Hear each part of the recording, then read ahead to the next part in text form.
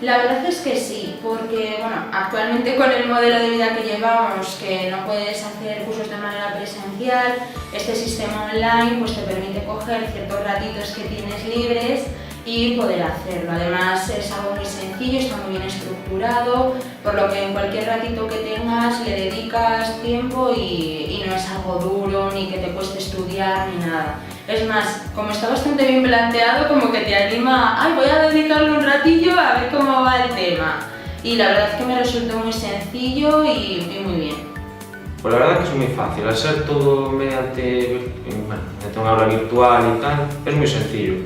Porque a lo mejor un día no podía hacer nada y al día siguiente podía hacer una mitad de un ejercicio y tal. Son ejercicios que se pueden guardar, los empiezas, los guardas, los acabas y los envías, te dan facilidades.